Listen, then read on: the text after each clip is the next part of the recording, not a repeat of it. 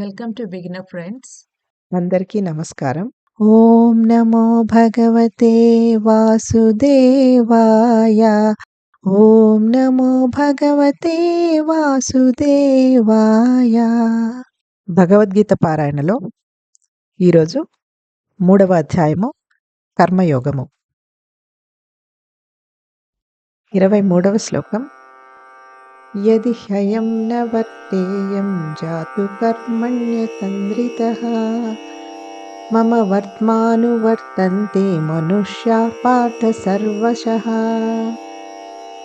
తాత్పర్యం: నేను నా విహిత కర్మలను జాగ్రత్తగా చేయనిచో ఓ పార్థ, అందరు మనుషులు నా దారినే అన్ని విధాలుగా అనుసరిస్తారు. భూలోకంలో తన దివ్య లీలలలో భాగంగా శ్రీకృష్ణుడు ఒక రాజుగా మరియు గొప్ప నాయకుడుగా తన పాత్రను నిర్వహించాడు.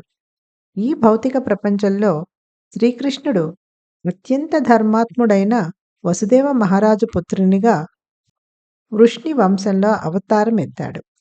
ఒకవేళ శ్రీకృష్ణ పరమాత్మయే తన వేద విహిత కర్మలను చేయకపోతే అలా ఉల్లంఘించడమే ప్రామాణిక పద్ధతి అని అనుకుంటూ ఎంతోమంది సామాన్య జనులు ఆయన అడుగుజాడల్లో నడుస్తారు.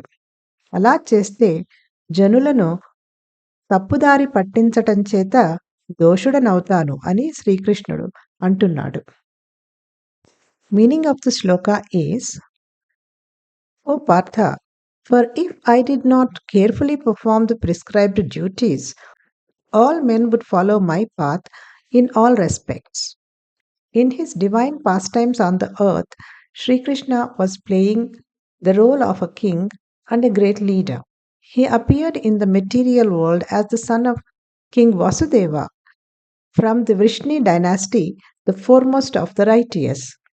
If Lord Krishna did not perform prescribed Vedic activities, then so many lesser personalities would follow in his footsteps, thinking that violating them was the standard practice.